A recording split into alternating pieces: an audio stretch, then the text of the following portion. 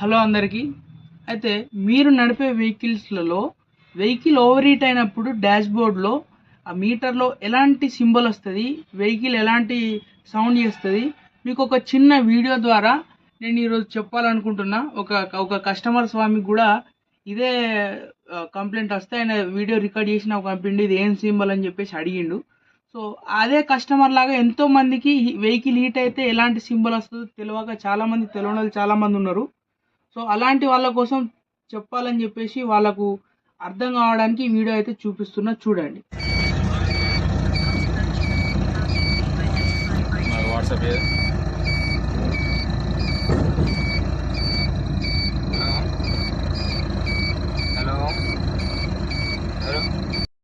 So చూసిరు కదా డాష్బోర్డ్లో ఎలాంటి సింబల్ వచ్చిందో, వెహికల్ అనేది ఏ రకంగా సౌండ్ చేసిందని చెప్పేసి. సో ఈ సింబల్ గురించి చాలా మందికి తెలియక రన్నింగ్లో ఏమవుతుంది అని చెప్పేసి అలానే నడిపిన కస్టమర్లు ఎంతోమంది ఉన్నారు. అలానే నడిపితే ఏమవుతుంది, ఇంజన్ అనేది ఓవర్ హీట్ అయిపోతుంది, గ్యాస్ కిట్ అనేది పోతుంది, 2000 3000 తోటి అయ్యేది 10,000 దాకా పోతుంది. సో అలా పోవద్దు, తెలియని వాళ్ళు తెలుసుకోవాలనే ఉద్దేశంతో ఈ వీడియో చేసిన. అండ్ ఈ సింబల్ వచ్చినప్పుడు మీరు చేయాల్సిన పని ఏంటంటే వెహికల్ని ఇమ్మీడియట్లీగా పక్కకు ఆపేసేయాలి, ఇంజన్ ఆఫ్ చేసేయాలి. ఒక 25 minutes to 30 minutes దాకా మళ్ళీ ఇంజన్ అనేది స్టార్ట్ చేయొద్దు. ఈ సింబల్ వచ్చినప్పుడు పక్కకు ఆపేసేయాలి.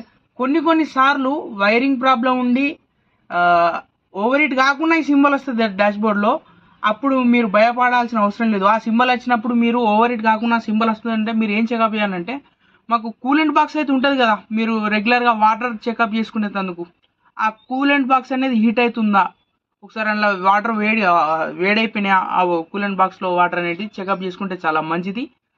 సో నేను కూలెంట్ బాక్స్లో వాటర్ తగ్గినాయా లేదా చూసుకోండి. వెంటనే రేడియేటర్ క్యాప్ తీయడాలు ఇలాంటి పనులు మాత్రం చేయకండి. ఇంజన్ ఓవర్ హీట్ ఉన్నప్పుడు మీరు ఆ తీసే క్రమంలో ఆ వేడి కూలెంట్ అనేది మీ ముఖం మీద పడితే చాలా ఇబ్బందులు ఫేస్ చేయాల్సి ఉంటాయి. తోలు ఊడిపోయే సందర్భాలు కూడా ఉన్నాయి కొంతమంది కస్టమర్లై. సో చెప్పలేని ప్లేస్లలో కూలెంట్ నీళ్ళు పడ్డ వాళ్ళు కూడా ఉన్నారు. సో అందుకే దయచేసి మీరు ఎటువంటి ప్రయత్నం చేయకండి. ఇంజన్ ఓవర్ హీట్ ఉన్నప్పుడు రేడియేటర్ క్యాప్ తీయడాలు ఇలాంటి పనులు మాత్రం అస్సలు చేయకండి. సో మీరు చేయాల్సిన పని ఏంది, వెహికల్ని పక్కగా ఆపుకొని దగ్గరలో ఉన్న వర్క్షాప్ దగ్గరికి వెహికల్ని వెహికల్ ద్వారా తీసుకెళ్లే ప్రయత్నం చేయండి. లేదా మెకానిక్నే ఇక్కడ దగ్గరికి వచ్చి ఇక్కడ వర్క్ అవుతుందా కాదా చేసి చూడమని చెప్పండి, అంతే.